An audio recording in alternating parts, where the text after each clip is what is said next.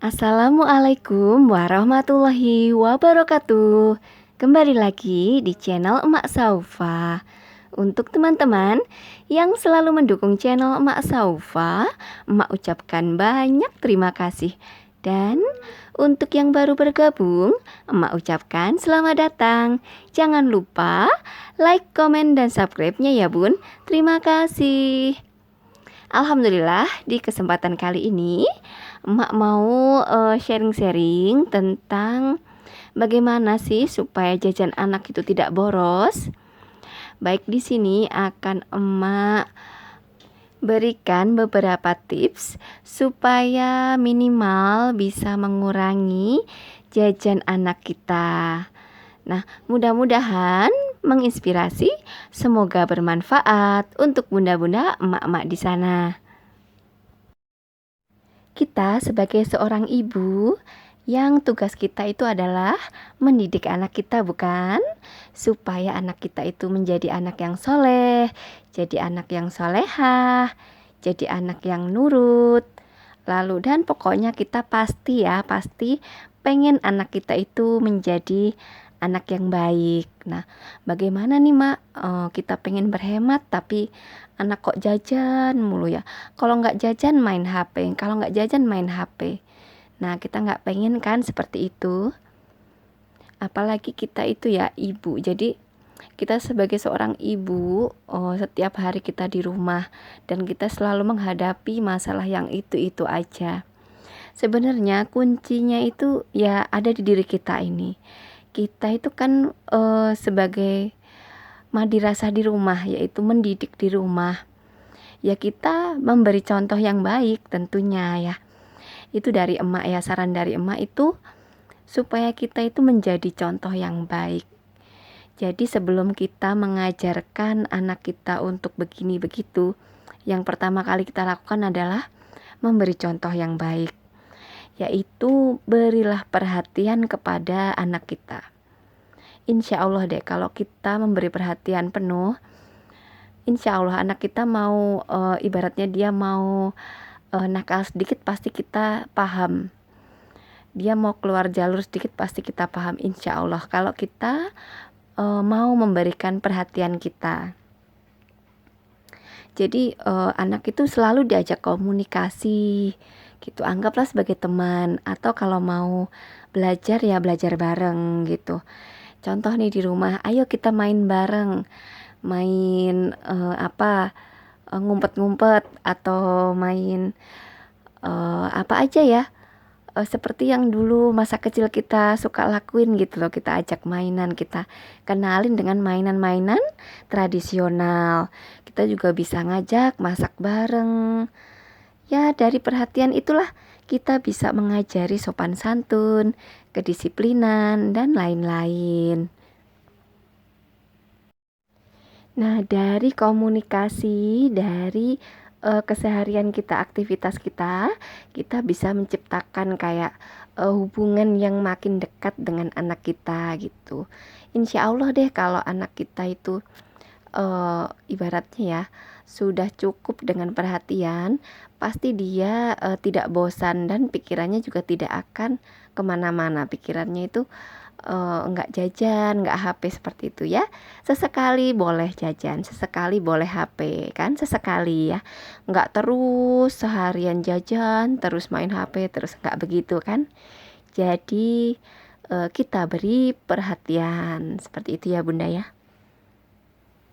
Bahkan sebenarnya kalau dari HP itu kita juga sebenarnya bisa belajar juga loh bareng-bareng, kayak kita nonton bareng nih di YouTube cara seumpama mengerjakan matematika yang susah seperti itu. Jadi kita sambil ngajarin, sambil ngeliat bareng seperti itu ya. Kadang hal-hal kecil seperti itu insya Allah anak itu akan ibaratnya dia nyaman di rumah, memiliki teman, merasa memiliki teman di dalam rumah seperti itu. Nah, yang kedua, kenali karakter anak kita. Kok anakku kok jajan terus, kenapa sih dia gitu. Kita ini sendiri apa maksudnya? kita lihat gitu kan, kita sebagai ibunya pasti kita paham dong anak kita itu seperti apa gitu. Jadi apakah dia karena lapar ya kok jajan terus, atau karena dia kepengen lihat temennya seperti itu.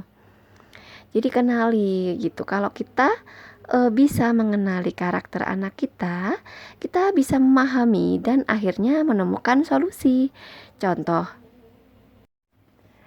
oh iya, dia kan tadi makan cuman sedikit, pantesan dia pengennya jajan. Ya udah, berarti aku mau suapin dia biar dia makannya banyak atau bagaimana seperti itu ya. Jadi kita gali gitu, kita karakter dia itu seperti apa gitu. Apa dia itu anak yang mudah kepengenan, atau kalau ngelihat temennya itu kayak pengen kayak temennya seperti itu, kayak gitu ya. Kita pinter-pinternya kita gitu. Sini nak, oh kan dari tadi udah jajan, nggak baik jajan itu mulu, yuk kita main aja, seperti itu. Jadi insya Allah deh, kalau dengan kita itu mengganti jajannya itu dengan kasih sayang kita, seperti itu Bunda. Tips emak yang ketiga, kenalkan anak itu dengan aktivitas sosial ya. Ini tuh seperti kita kayak mengajarkan anak supaya bersyukur dengan keadaan dia sekarang. Jadi contoh nih, kita ajak dia ke yatim piatu dan sambil kita jelaskan bahwa mereka tidak memiliki ayah atau tidak memiliki ibu. Jadi secara tidak langsung anak akan merasa bahwa kondisinya itu masih lebih baik gitu, dan mereka insya Allah dengan cara seperti itu mereka akan mengurangi rasa untuk ingin bagaimana karena melihat banyak teman-teman di sekeliling mereka yang masih kekurangan, seperti itu Bun. Insya Allah ya, mudah-mudahan. Jadi kita mengajarkan anak kita supaya menjadi orang yang pandai bersyukur dengan keadaan kita. Untuk tips selanjutnya yaitu yang sering banget emak sudah sharing ya, ajak anak untuk menabung. Jadi kalau anak-anak kita ini biasalah ya, kalau apalagi kalau temennya ada yang punya sepatu roda, ada yang punya sepeda bagus atau gimana gitu, lalu mereka pengen apa bagaimana. Nah itulah waktu yang tepat untuk kita itu ngajak mereka nabung. Ya udah, pengen beli itu kan, kita nabung aja yuk. Nah jadi mulai besok jajannya kakak ditabung di sini nanti supaya bisa beli sepatu roda kayak si itu, atau supaya bisa beli sepeda kayak si ini, seperti itu. Jadi kita beri semangat gitu. Atau kalau mereka memang nggak pengen, kita lihat nih hobi anak kita ini apa. Contoh hobi anak emak ini menggambar. Nah dari situ nanti emak kayak mengiming-imingi mereka, ya udah nanti nabung aja biar bisa beli pewarna yang lengkap ya. Besok jajannya dikurangi supaya bisa beli pewarna, mau nggak gitu ya, kayak gitu aja gitu loh. Ya mudah-mudahan bisa berhasil ya Bunda ya. Intinya kita mengajari anak kita supaya menabung. Kita kayak gini tuh bukan karena kita jahat ya Bun, bukan. Kita itu namanya kita mendidik ya, mendidik.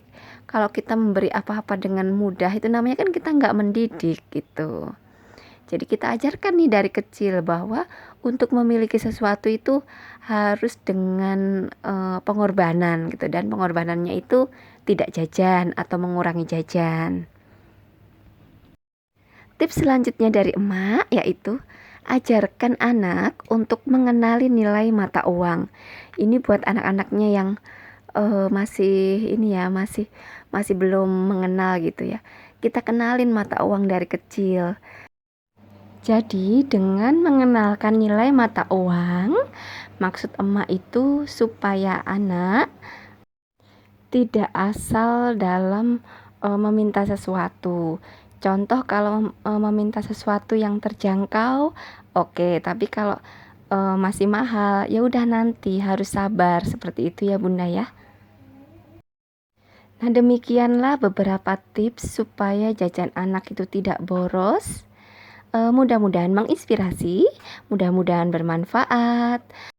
Semoga bunda-bunda di sana dikaruniai anak yang soleh dan solehah. Amin Allahumma amin. Wassalamualaikum warahmatullahi wabarakatuh.